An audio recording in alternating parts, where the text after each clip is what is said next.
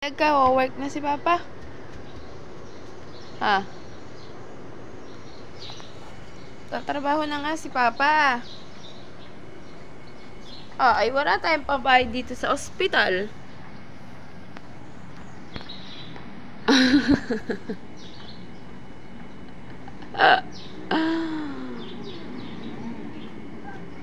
Sige, baba na. Ay, dito ka sa kabila.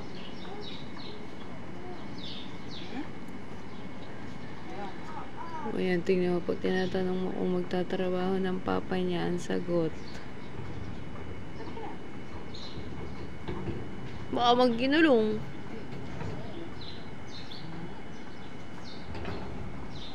Ayun, buti na lang talaga. Maigi-igi na. Kasi talagang nung bago namin siya isugo dito ay bago namin siya isugo dito ay talaga namang siya ay lupay-pay.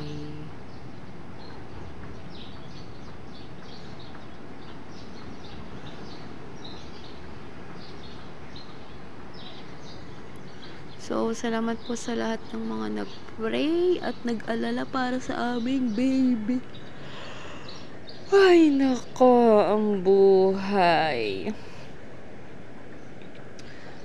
Sa totoo lang talaga ako ay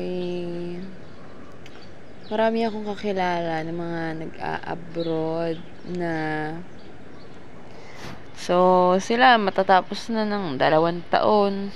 Minsan uuwi na lang sila ngayon. Kaso nga lang ako, nagbabalak na rin talaga ako. So, hindi naman sa 'di ba sabi nila kapag may balak ka sa buhay mo, huwag mo na ipagsabi. Ako ipagsasabi ko ngayon kasi yun talaga yung plano ko.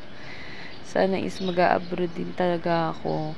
Kasi nga, nakita ko naman sa mga kakilala ko na carry lang, parang ang bilis lang, kaya naman nila eh.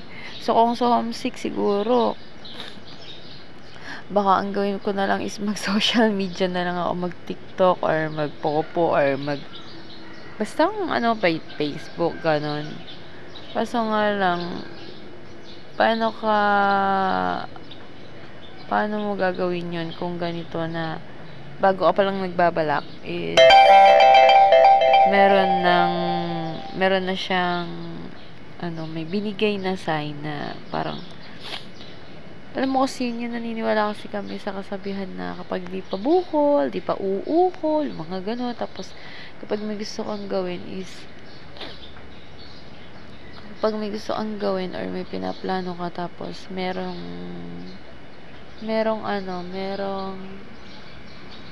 struggle o problema na dumating. So, parang, ano yun, parang basta yung parang pangitain na parang, ay, hindi pa ganun. Or sa iba naman siguro, pag